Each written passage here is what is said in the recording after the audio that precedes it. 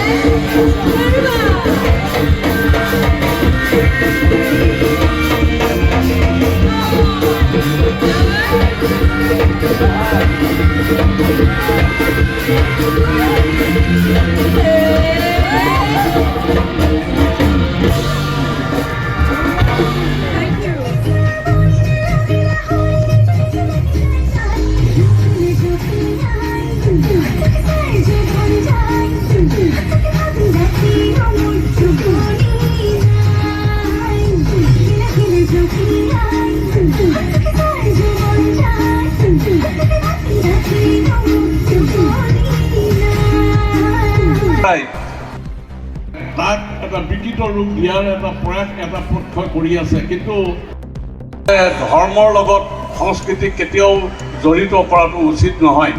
আজি আমি যি ধৰ্মৰে নহওঁ লাগে কিয়, যি নীতি আৰু আদৰ্শৰ অনুসাৰীয়ে নহওক কিয়, কিন্তু বিহুৰ ক্ষেত্ৰত সংস্কৃতি ৰক্ষাৰ ক্ষেত্ৰত আমি এক হোৱা উচিত। আজি বাতৰি কাকততো দেখিলোঁ যে মৰঙলদৈত কিছুমান ব্যক্তিয়ে যে কাৰোবাৰ লগত বিহু মৰাৰ কাৰণে তেওঁলোকক এঘৰীয়া কৰি পেলাই কেইটামান পৰিয়ালক জগৰীয়া কৰিছে। আবাৰ মানে এইটো কেতিয়াও সংস্কৃতিৰ ক্ষেত্ৰত উচিত নহয়।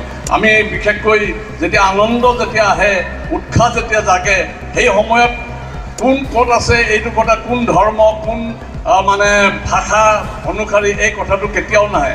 আনন্দ যেতিয়া মানে প্ৰকাশ কৰিবলগীয়া হয়, সেই আনন্দ প্ৰকাশ কৰাৰ সময়ত ধৰ্ম, ভাষা, মানে এইবিলাকৰ কেতিয়াও বাধা হ'ব নোৱাৰে, এইবিলাকৰ চিন্তাও নাহে। গতিকে আজিৰ এই সময়তো আমাৰ মাজত যে এই মানে বিভাজন যিটো আছে, মানে বৰ্ণবাদী চিন্তাধাৰাৰ যি মানসিকতা আছে, এই মানসিকতাটো বৰ্তমান সময়ত ত্যাগ কৰা উচিত। আৰু অসমৰ ৰাইজক অন্ততঃ ভাষা, ধৰ্ম এইবিলাক লৈ পেলাই ৰাজনীতি কৰাটো কেতিয়াও উচিত নহয়। আৰু আমি যেহেতু মিলা প্ৰীতিৰে আছোঁ, মিলা প্ৰীতিৰে ভৱিষ্যতৰ স্বাৰ্থ থকা উচিত। গতিকে আমি এক হৈ পেলাই, যেহেতু আমি শংকৰ আজানৰ দেশৰ নাগৰিক হিচাপে আমি সকলোৱে যাতে একেলগে থাকি পেলাই মিলা প্ৰীতিৰে ভৱিষ্যতৰ অসমখন গঢ়ি তুলিব পাৰোঁ। আমাৰ সংস্কৃতি, ভাষা সংস্কৃতি যাতে ধ্বংস হোৱাৰ পৰা ৰক্ষা কৰিব পাৰোঁ, আমাক যাতে কোনোৱে নিশেষ কৰিব নোৱাৰে তাৰ বাবে সকলোৰে সজাগ হৈ থাকিবৰ বাবে অনুৰোধ জনাই আৰু এই আজি বিহুৰ সন্ধিয়া আমাৰ ভেল্লা আঞ্চলিক যুৱ সমাজ আৰু ভেল্লা আঞ্চলিক গৰিয়ামৰীয়া দেশী জাতীয় পৰিষদৰ উদ্যোগত যি অনুষ্ঠিত হৈছে তাৰ উদ্যোক্তাসকললৈ ধন্যবাদ আৰু কৃতজ্ঞতা পুনৰ জনাইছোঁ। আৰু আজি আপোনালোকে চাওক, এই বিহু ভেল্লা প্ৰথমে এই ভেল্লা অঞ্চলত বা বৰপেটা অঞ্চলত যে খিলঞ্জীয়া গৰিয়া লোক আছে এই কথাটো মোৰ জ্ঞাত হোৱা নাছিল, কিছুদিন পূৰ্বেহে জ্ঞাত হৈছে। আৰু তেওঁলোকে 1982-72 চনৰ মানৰ পৰা 71 বা 72 চনৰ পৰা ইয়াত বিহু উদযাপন কৰিও আহিছে, মই নতুনকৈ জানিছোঁ। কথাটো এটা কথা তেওঁলোকে এই মানুহখিনি হাড়ে হিমজুৱে খিলঞ্জীয়া মানুহ, গতিকে তেওঁলোকৰ মাজত এটা মানে বহু সময়ত এটা সংশয়ৰ ভাৱ সৃষ্টি হয়। তেওঁলোকে কিন্তু অসমীয়া ভাষা সংস্কৃতি ৰক্ষা কৰিবৰ কাৰণে তেওঁলোকে অহোপুৰুষাৰ্থ সংগ্ৰাম কৰি আহিছে। গতিকে মানুহখিনিলৈ সকলো ৰাইজলৈ আমাৰ ধন্যবাদ আৰু কৃতজ্ঞতা জ্ঞাপন কৰিছোঁ, শ্ৰদ্ধা জ্ঞাপন কৰিছোঁ।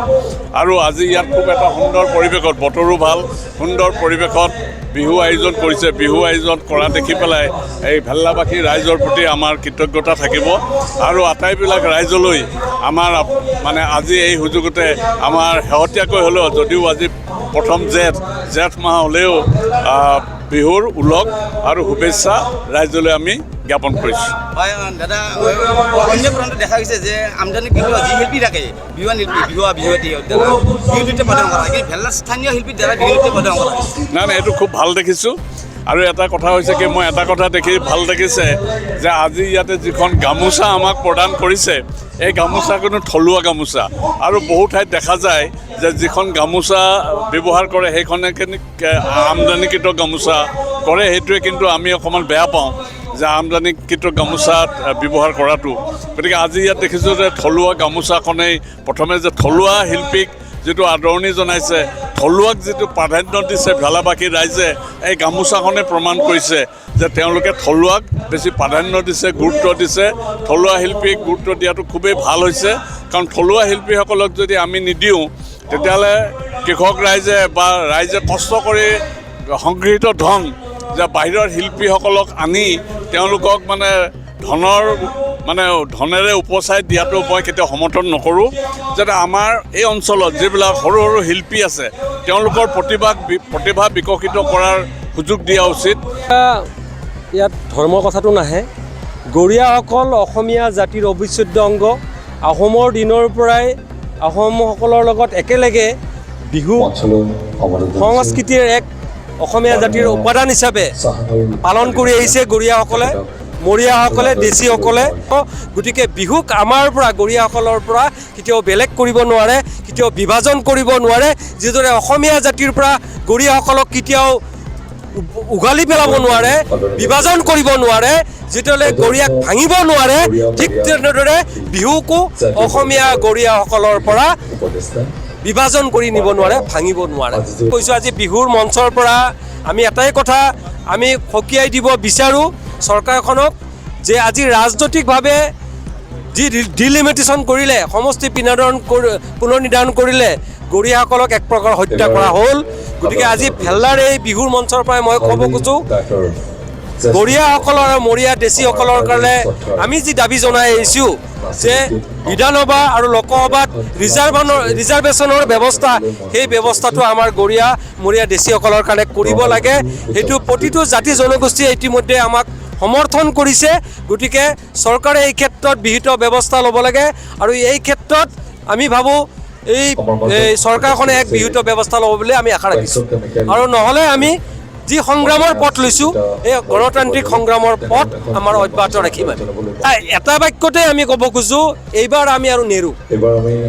এইবাৰ আমি এৰা নহ'ব, কোনো ধৰণৰ কম্প্ৰমাইজ নহ'ব। 26ত আমাক চিট ৰিজাৰ্ভেশ্যন লাগিবই লাগিব, সংসদতো লাগিব, বিধানসভাতো লাগিব। নহ'লে অন্যথাই আমি গৰিয়া মৰিয়া দেশীসকলে সংগ্ৰামৰ পথ ল'ব লাগিব, ৰাস্তাত ওলাই আহিব লাগিব, গণতান্ত্ৰিকভাৱে প্ৰতিবাদ কৰিব লাগিব। আৰু প্ৰতিবাদ আমাৰ চলি থাকিব, সংগ্ৰাম আমাৰ চলি থাকিব, আলোচনাও সমানে চলি থাকিব চৰকাৰৰ লগত। চাওক, বিহু আমাৰ তেজত বৈ আছে, কাৰণ আমি গৰিয়া মৰিয়া দেশীসকল আমিতো মূলতঃ ইয়াৰে খিলঞ্জীয়া লোকৰ পৰাই আমি এটা সময়ত ধৰ্মান্তৰিত হৈছিলোঁ। আমাৰ ক'বলৈ গ'লে 99% মানুহে ধৰ্মান্তৰিত লোক। গতিকে আমাৰ তেজত, আমাৰ দেহৰ শিৰাই শিৰাই অসমীয়া যি খিলঞ্জীয়া সংস্কৃতি সেই প্ৰবাহমান হৈ আছে। গতিকে বিহুৰ জৰিয়তে আজি তাক আমি আমাৰ সেই যি সংস্কৃতি প্ৰিয় আমাৰ যি মন, তাক আজি আমি ইয়াত মানে প্ৰকাশ কৰিছোঁ। আজি ভেল্লাবাসী ৰাইজে পুনৰবাৰ অসমৰ ৰাইজক এই কথাটো জনাই দিলে যে ইয়াত খিলঞ্জীয়া লোকে বাস কৰে আৰু আমাৰ তেজত এতিয়াও বিহুৰ যি সংস্কৃতি সেই আমাৰ তেজত এতিয়াও প্ৰবাহমান হৈ আছে। আমি সম্পূৰ্ণৰূপে খিলঞ্জীয়া, আমি অসমক ভাল পাওঁ।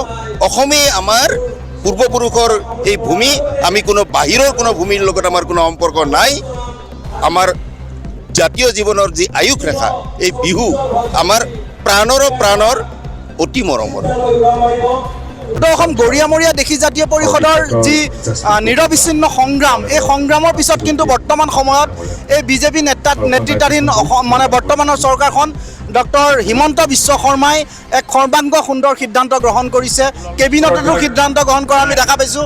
আৰু বৰ্তমান সময়ত আৰ্থসামাজিক জৰীপৰ বাবে প্ৰতিখন জিলা উপায়ুক্তক নিৰ্দেশ দিয়া হৈছে যে বৰ্তমান সময়ত প্ৰতিখন জিলাত সমিতি গঠন কৰা হৈছে। সেই ক্ষেত্ৰত আমি চৰকাৰখনৰ যি পদক্ষেপ, এই পদক্ষেপক আমি কৃতজ্ঞতা জ্ঞাপন কৰিবই লাগিব। বৰ্তমান সময়ত সমগ্ৰ অসমত গৰিয়া মৰিয়া দেশী এই তিনিওটা জনগোষ্ঠীৰ প্ৰায় 40 লাখতকৈ অধিক বৰ্তমান সময়ত আছে। আৰু